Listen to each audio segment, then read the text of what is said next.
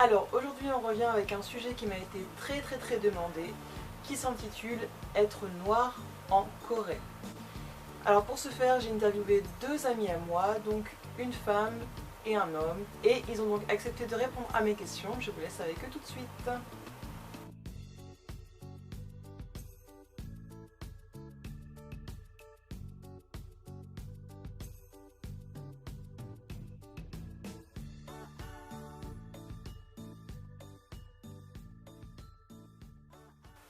Donc en gros, en fait, il y a, on va dire, deux côtés opposés qu'ont les Coréens. C'est soit les Noirs viennent tous d'Afrique, donc pays sous-développés, pas vraiment accès à la scolarité, une vie assez difficile. Et qui sont en général pauvres et totalement incultes, qui n'ont pas de culture et qui sont forcément au minimum de l'échelle sociale. Soit il y a le côté américain. Les Coréens ont quand même une image des Américains très arrogante, un peu en pays conquis et compagnie. Et puis c'est vrai que quand on voit tout ce qui se passe un peu aux États-Unis, les blacks américains sont des personnes violentes ou ce sont des délinquants, des personnes qui viennent de milieux défavorisés. Donc c'est vrai qu'ils ont des préjugés assez négatifs sur les Noirs en général. Alors il est quand même important de notifier qu'étant un homme, le Coréen ou la Coréenne aura quand même plus peur de moi que de la femme de couleur. Par exemple, dans la rue, il est très courant que une femme sursaute alors que je ne fais que passer à côté. Tous les jours, c'est très simple. Les hommes, effectivement, s'imaginent que nous sommes forcément criminels, voire les femmes s'imaginent très facilement, très rapidement que nous sommes des violeurs en série.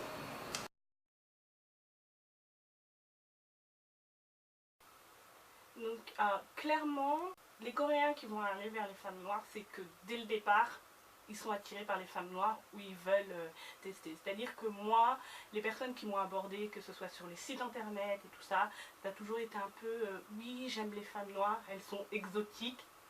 Ou un peu, oui, les femmes dans les clips de musique de hip-hop américain et compagnie, donc sexy et tout. Et puis souvent aussi parce qu'ils s'attendent à ce que les blacks aient plus de forme.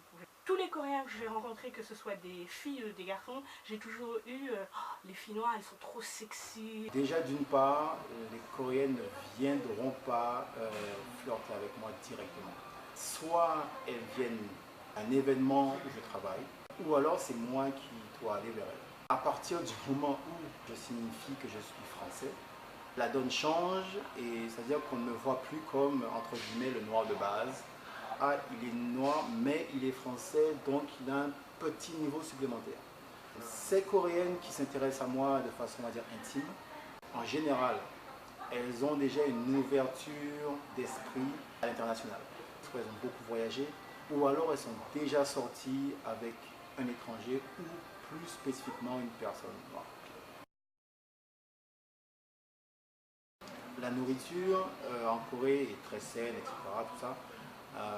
Mais on ne trouve pas facilement les produits que nous, les Guadeloupéens, par exemple, aimons rajouter dans nos petits plats, épicés, etc. Donc c'est vrai que c'est un peu difficile. Et quand on trouve quelque chose, c'est forcément très cher. À Itaewon, évidemment, le quartier des étrangers, il y a absolument tout ce qu'il faut. C'est-à-dire que c'est comme si vous alliez à Paris. Et il y aura plein de petits salons de coiffure, mais qui sont généralement bien cachés parce que je ne sais pas si c'est très légal tout ça, mais il y en a plein. Des femmes qui vont coiffer à domicile parce que pour elles c'est une rentrée d'argent. Il y a même un groupe Facebook qui s'appelle Natural Beauty in Korea, qui est un groupe qui est consacré aux blacks, si je ne me trompe pas, aux cheveux, normalement cheveux naturels, où il y a toutes les coiffeuses qui sont dessus, toutes les nanas qui donnent des conseils, allez à telle adresse où vous pouvez acheter tel produit. Et il y a aussi un site internet au final d'une dame qui est installée en Corée qui vend tous les produits qu'on utilise pour les cheveux comme Chimoisture, Giovanno et tout ça.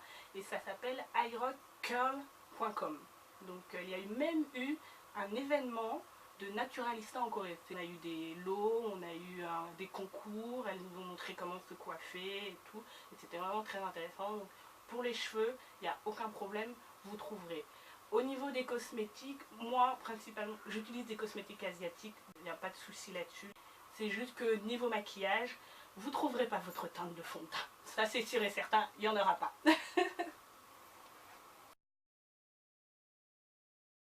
Il faut savoir qu'ici, on met le soja à toutes les sauces. Et pourtant, je n'arrive pas à trouver des yaourts au soja. Il y a quelque chose d'incohérent dans cette inexistence. J'adore les yaourts au soja, surtout la marque, pardon pour la publicité, Soja Sun. Mais voilà, c'est la chose qui, assez souvent, j'y repense, je me dis, mais je me ferais bien un petit Soja Sun. Alors, je pense qu'il y a vraiment un seul truc que je ne vais pas regretter d'avoir pris en double dans ma valise, c'est mon fond de teint. C'est une BB Cream d'une marque spécialisée pour les peaux noires qui s'appelle Iman. Sauf qu'elle n'est pas vendue à l'international, donc j'ai cherché des semaines et des semaines sur internet, donc j'ai dû demander à une amie, est-ce que tu peux me l'acheter sur Paris et me l'envoyer en Corée. Je pense pas qu'on va me regarder plus, mais ce sera des regards différents.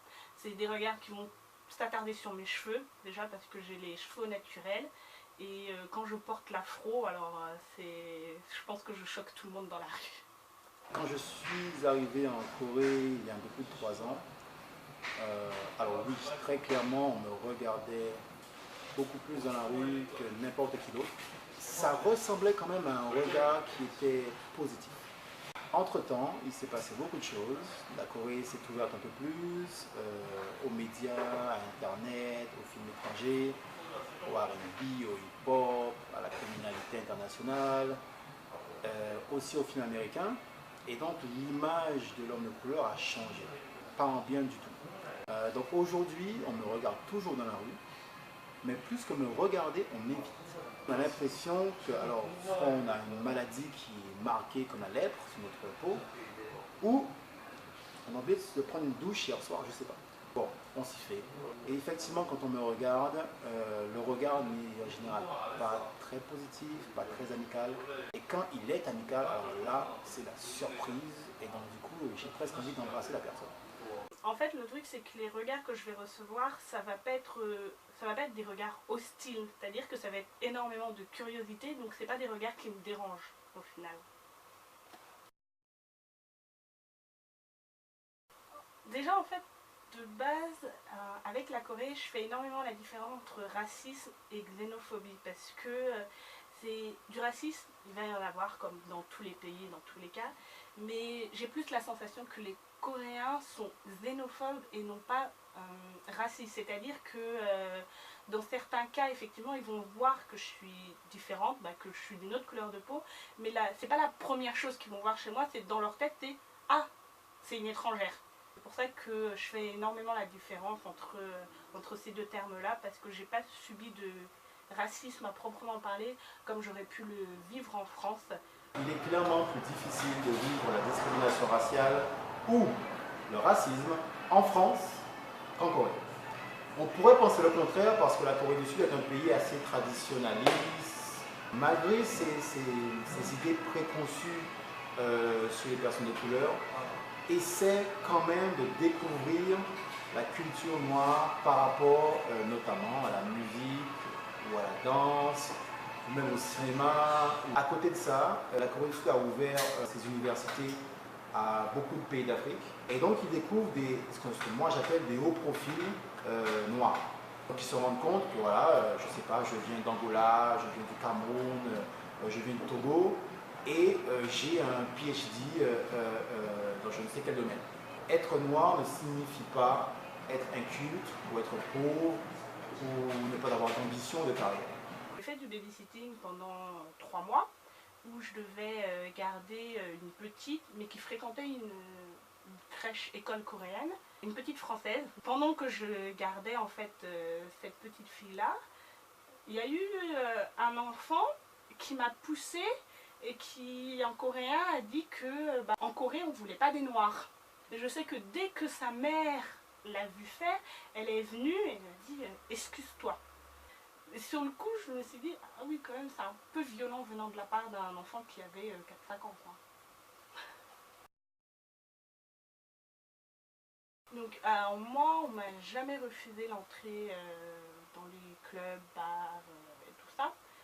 Après, je sais que si j'étais sortie à Itaewon à la période où l'Ebola faisait tout un foin dans le monde, il y a certains clubs, certains cafés qui sont à Itaewon qui refusaient des blagues à cette époque-là. Et il y a aussi certains, certains clubs et tout ça, qui refusent les militaires blacks américains. Alors cela va être un grand et franc oui. Travailler en Corée du Sud, c'est une opportunité, même pour une personne comme moi. Mais il est vrai de dire que le fait d'être noir complexifie énormément l'interaction avec les Coréens. Il y avait des annonces où c'était écrit qu'ils cherchaient des personnes de nationalité française qui parlaient français. J'ai répondu aux deux annonces. La réponse très franche que j'ai eue, c'est on est désolé, mais bien que vous soyez française, vous n'êtes pas représentatif du peuple français. Quand j'ai demandé pourquoi, le patron m'a tout simplement dit que leurs clients, quand ils se font servir, ils s'attendent à ce que ce soit une personne blanche qui les sert, parce que pour eux, dans leur tête, cette personne est française, et moi, je ne le suis pas. Dans la tête d'un Coréen, je suis soit américaine, soit je suis africaine. Donc s'il faut m'embaucher pour faire une démonstration de tango, tout va bien. S'il faut m'embaucher pour donner un cours quelconque de danse, tout va bien.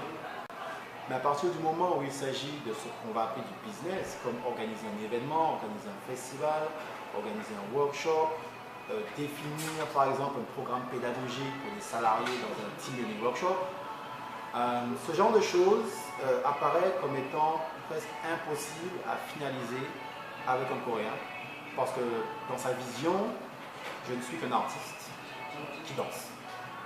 Pour les Coréens, ils sont très libérés et ils sont honnêtes dès le départ. Dans une annonce, ils vont marquer on cherche des Européens, mais tout de suite après ils vont préciser on veut un Européen caucasien, un blanc, voilà. Et il y a énormément d'annonces comme ça. Et c'est vrai que s'ils cherchent un black en particulier, moi j'ai vu des annonces, tout de suite c'était écrit. Et c'est très cliché les annonces pour lesquelles ils recherchent des blacks, parce que bien souvent c'est pour des clips de musique, hip-hop et compagnie, parce que je pense qu'ils ont cette image du black américain hip-hop. Moi on m'avait proposé un shooting photo pour des vêtements, casquettes, tenues hip-hop, et ils cherchaient une personne black pour le faire.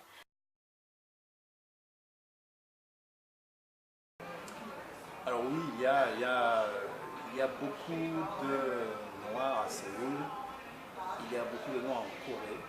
Il y a des villes où on va en trouver énormément, comme Gwangju. Ces personnes très souvent d'origine africaine travaillent dans des usines ou alors sont des réfugiés politiques. Et il y a bien entendu des communautés noires. Il y a notamment une page Facebook de la communauté noire de Corée qui s'appelle BSSK, Brothers and Sisters of South Korea, principalement active à Séoul, mais pas uniquement, aussi à Busan, et un petit peu à Daegu et Daejeon. Alors il y a des événements aussi pour pouvoir éduquer, on va dire, les Coréens sur ce que c'est qu'être noir. Ce n'est pas juste être du pays d'Afrique. J'ai participé à un festival à Daegu qui était sur la promotion en fait de la culture noire. Alors, au niveau des groupes, vraiment pour les blagues, je n'en connais pas énormément parce que j'ai jamais été très communautaire et que de toute façon je ne me retrouve pas dans ces groupes-là. Comme je l'ai dit avant, j'ai rejoint un groupe pour les cheveux, spécialisé pour les cheveux blagues, donc c'est Natural Beauty in Korea, où vous trouverez des coiffeuses. Une coiffeuse qui poste très souvent c'est Itaewon Nelly Breadbox, donc il faudra que, peut-être que je me suis trompée, mais corrigez ça. Autrement, si vous voulez commander des produits pour les cheveux, il y a iRock Curl, qui est un site où vous trouverez tout ce que vous pouvez acheter aux États-Unis.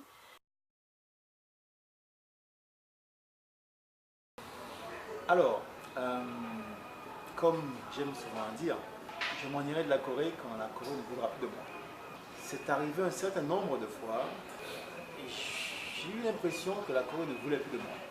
Fort heureusement, très rapidement, après, la Corée me montre que tu es le bienvenu, on t'aime toujours, tu peux toujours nous apporter quelque chose et les opportunités sont toujours là pour toi. À côté de ça, dans le quotidien, alors oui, bien sûr, il y a de la discrimination.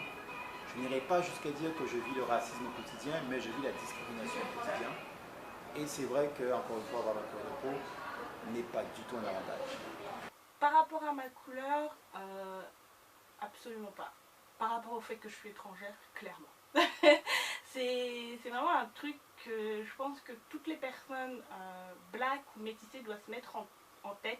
C'est que les Coréens vont pas se dire « Oh, elle est bronzée, oh, elle est noire ». Les Coréens vont dire « Ah, elle est étrangère, c'est pas une Coréenne ».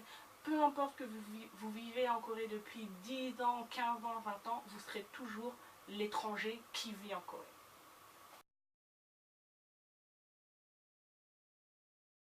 On va dire que la Corée du Sud m'a plutôt conforté dans ma vision du monde. Donc déjà par rapport à comment je percevais les interactions avec les gens, la Corée du Sud m'a montré que c'est encore plus important d'aller vers l'autre, d'essayer de le comprendre et de proposer l'aide qu'on puisse donner. Est-ce que j'ai moins confiance en moi ou plus confiance en moi? On va dire que c'est grosso modo pareil. Il y a des moments très positifs, des moments très négatifs, il y a des moments où tout à fait superficiels, ou d'autres moments où on rencontre par exemple une personne qui est d'Israël, qui passe 2 mois en Corée du Sud et on a l'impression qu'on a vécu toute notre vie ensemble. Ou alors on rencontre un Coréen qui vient de finir son service militaire et qui rêve de liberté, d'authenticité à la française, comme on dit. Donc voilà, il y a des choses comme ça qui nous font vibrer et qui, quelque part, nous apportent quelque chose de plus. La Corée, elle a eu 2 effets. C'est-à-dire que l'effet de « je suis moins jolie qu'une blanche », dans tous les cas, parce que clairement, je me balade avec mes copines, on va me regarder par curiosité, mais je ne suis pas forcément celle qu'on va regarder parce que je serais l'idéal féminin d'un Coréen. Parfois c'est assez désagréable de se dire que dans tous les cas le Coréen préférera la fille blanche et que moi je pars avec un handicap parce que je suis la fille noire. Je m'attendais à ce que j'ai un complexe par rapport à mon poids, entre guillemets, parce que je suis pas une brindille. Voilà, je suis pas bien grosse, mais je suis pas une brindille non plus. Et au final, les Coréens ont 2 manières de penser. C'est-à-dire qu'ils vont exiger d'une Coréenne qu'elle soit mince, mais quand il s'agit d'une étrangère, vu que la plupart du temps elles ont plus de forme, ils trouveront qu'elle est bien, c'est-à-dire qu'elle a un beau corps, elle est assez mince, alors qu'à côté d'une Coréenne, on pourrait se sentir, moi je pourrais me sentir grosse à côté de certaines Coréennes, il y en a, c'est des brindilles, et je me sens quand même jolie.